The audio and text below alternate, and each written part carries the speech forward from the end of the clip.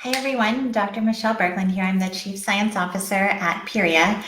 And a lot of what I do is the educational content, formulating a lot of our creams and supplements. And I am here with you every Friday at 10 a.m. Pacific Standard Time to discuss different topics. Last week, we discussed different foods for the skin and to answer your questions if you have any live as well. So before we get started, I'd love to know where all of you guys are watching, where in the world you are. And also don't forget to follow us on Facebook right here if you want to be reminded of our future interviews and then also about our topics and when they're going to be on.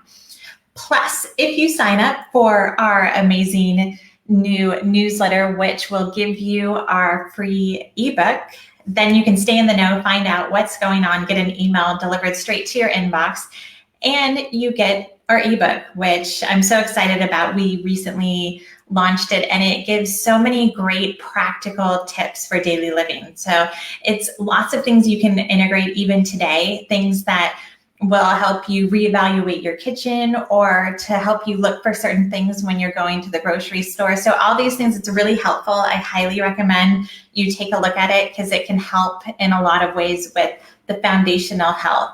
So let me see here. We are talking about soothing botanicals for the skin today. And I love this topic. I love talking about botanicals in general.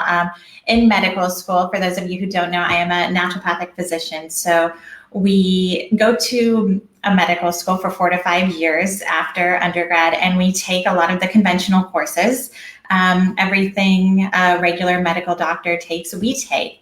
But we also have all these amazing courses. We took years of botanical medicine where not only do you study the science, the chemistry, the biochemistry of each botanical, but you go into a lab and you get to learn how to formulate and the art behind formulations too. So I've always loved that part, and I love that I get to integrate this as well.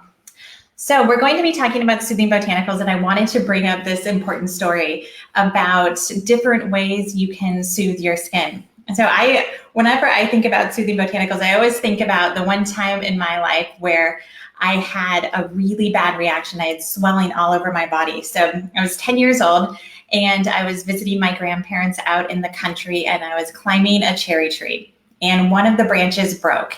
And I fell down. It wasn't that far, but I remember feeling this horrible pain on my legs. And I looked down and I actually fell on a bee's nest.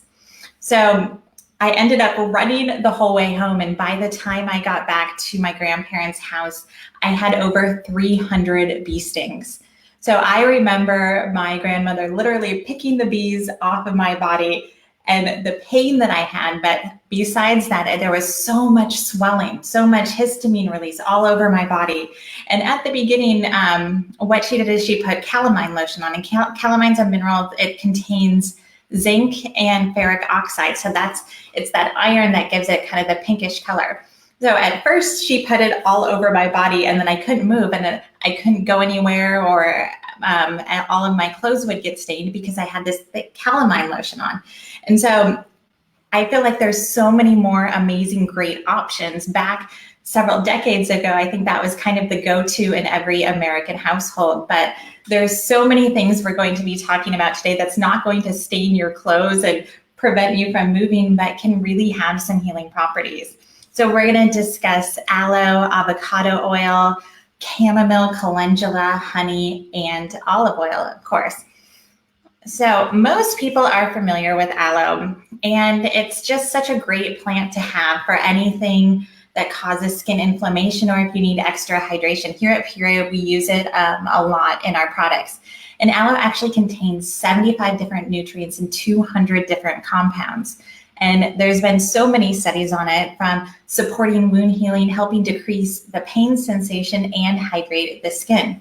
So there's actually 2 different parts to aloe. You have the gel, and then you have the latex. So I have aloe here, and I'll show you. So there's definitely 2 different parts. The latex, let's see if I can get that in here, is right next to the gel. When you see this gel, it has all the good stuff to really help soothe your skin. Like I just cut this, and it's amazing how great it can just be for your skin, even just putting it right on. but we actually use this in a lot of our products just because of so many different things it can have, from the salicylic acid to the nutrient content and the hydration too. So it's definitely a great addition. Another thing that I like to do with aloe too is to keep a little bit in the fridge. Now I bought this an organic one at a grocery store, and so if you're not growing your own aloe, you can always just pick it up and keep it in the fridge. So if you do have a sunburn, or if you feel some inflammation on your skin, I think this is just such an easy, great trick to use. And so just to touch on a little bit of this, so we have the gel and we have the latex. So we don't use the latex here. A lot of people who do use the latex, they ingest it orally and they use it for detoxification, but it can actually be very harsh on the body too, like a purgative, because it really cleanses the body. So when you're cutting it, you just want to get the middle part, the good area with all the great gel in it. So we use it in the mother of all creams for its ability to calm the irritated skin and different eczema and psoriasis. And one study actually found aloe to have very strong anti-inflammatory effects, and they compared it in the study to the popular corticosteroid drug hydrocortisone. So that was very impressive. And what I also liked was there was a study done in the Journal of Ethnopharmacology that looked at different animal studies and assessed the effects of fresh aloe gel directly on wounds. And they found it significantly enhanced the healing process with zero side effects. So what they did is they literally just cut this and used the fresh gel on wounds during that study and found it to be very effective. So I will talk about one other thing that I have here. So we use aloe for our scalp clarifying shampoo and conditioner to help strengthen the hair too, and to restore the moisture. So it's so many great things. I could talk about aloe for a long time just because it's great at helping reduce that redness as well. And let's not forget cucumber. So I have a couple things with me today, and cucumber is 96% water, and the other part is it's rich in flavonoids and antioxidants too. So a lot of people use this to soothe inflamed skin the same way. They can cut it and they can just put it right on their skin. And there's been studies that show it helps with the puffiness or the swelling from the caffeic acid and the vitamin C content. So two very simple things you can go to the grocery store and purchase, but they can be very, very helpful for your skin. Another thing that you can purchase at the grocery store too is avocado. So here at Puriya, we use avocado oil, and it's such a great oil. It's derived from the fruit of the plant, and it's really rich in fatty acids like oleic acid, linoleic acid, and linolenic acid. And it also has beta carotene, and it's rich in vitamins like vitamin A, vitamin D, and vitamin E. So we actually use it in the mother of all creams for exactly that, to help repair the skin and deliver nutrients where the skin needs it most too. So that's another great thing that you can get at the grocery store, and something that we incorporate that we think it's very effective here at Puriya.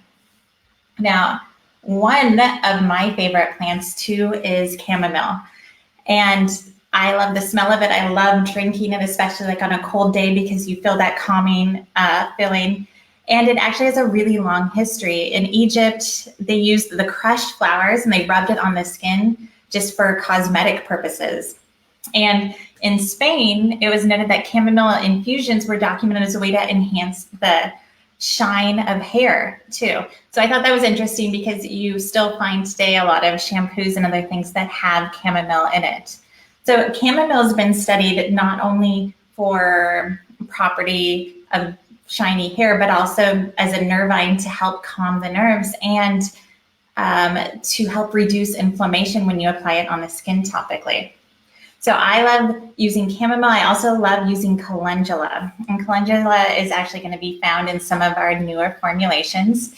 And there's been a lot of studies on calendula and how it helps reduce the inflammation in the skin. And they found two specific components that can help by blocking the COX-2 pathway.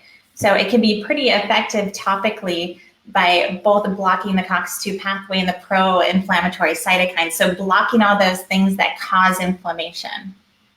And also honey. honey is something that you can also find at the grocery store. And I love it because not only is it great to help nourish your skin, but it helps protect the skin barrier too. And so many studies recently have shown honey to be a very effective antibacterial agent. So a lot of things with skin or disorders, or when you have swelling, when you have itching, is that you can break the barrier of your skin easily, especially if you keep itching. All of those things make you more prone to infection. So not only do we want to soothe the skin and reduce that irritation and reduce that inflammation, but we want to also deliver antibacterial properties so you don't have a secondary infection caused from that inflammation on your skin. So honey is rich in so many great minerals and vitamins, and I think it's just such a great therapeutic agent to use. And what's interesting is there's been some studies that show that it can be effective against very specific bacteria like MRSA or other things. Specifically Manuka honey too can be very effective, and that's one of the ones that has been most studied as well. So moving on, and let me know if any of you guys have questions as well, or where you are watching from. I'd love to hear where you are in the world and what you're doing. One of my last favorite things that I wanted to talk about, and we actually use this in Puriya in a lot of our products, is olive oil. So olive oil is the liquid fat derived from the olives, and it's very rich in oleic acid and vitamin E and polyphenols. And it's been extensively studied for its effects, its anti-inflammatory effects, its lipid content, its restorative effects, and then its phytonutrients, including squalene. So what's interesting is this oil has so many great antibacterial, antiviral properties, and it's also very nourishing for the skin. And one of my favorite things, and I'll give you this quick story too, I lived in Greece for a couple of years in this small village in the mountains. And so every year, everybody had lots of olive farms around, olive trees everywhere, and they would harvest their olives. So we would get these huge, huge amounts of olive oil, and the best olive oil you can imagine, cold pressed, organic, and we would have so much. So if I ran out of conditioner, or if I ran out of lotion for my face or body lotion, I would just go into our old apothecary and take out a huge amount of olive oil. It was like this never ending amount, but it did so many great things for the skin, and it's such a simple remedy. And we use it in a lot of our products just for that. It's very effective and it's very nourishing for the skin too. So another thing that I did often when I was in Greece is I used that as a base. And so I would infuse different botanicals like calendula, like chamomile, into the olive oil to use. So many great things with olive oil. And the crazy thing is we would run out every year. I mean, everybody would use that much that I feel like the average American might use just a small bottle or two a year, but there's so many great therapeutic effects with olive oil. So I hope I motivated you guys. If you have any issues with your skin, especially this summer, sunburns, insect bites, anything that causes swelling, we have a lot of great botanical remedies all around us at the grocery store, in your backyards that we can use. And of course, aloe is one of my favorites, and it's just so easy to use, and you just cut it, keep it in your fridge, and use it anytime you need it. It's that simple. So please let me know if you have any questions, and be sure to sign up for our newsletter so we can catch you each week, and make sure you tune in live if you have any comments. And I always want to remind everyone too that all of our creams, all of our products, we really celebrate individuality, and we want to recommend that because we're all different, to always patch test an area on the skin before full application. And we do have a 180-day money-back guarantee, meaning if the product didn't work, if it wasn't up to your satisfaction, you can return it. So there's really no risk involved, and we want to celebrate your healing journey too. So I hope you guys have an amazing weekend, and I hope you integrate some of these great botanicals. And maybe you have some in your fridge now, maybe you have avocado, maybe you have olive oil. So give it a try, and I will see you next week. Take care.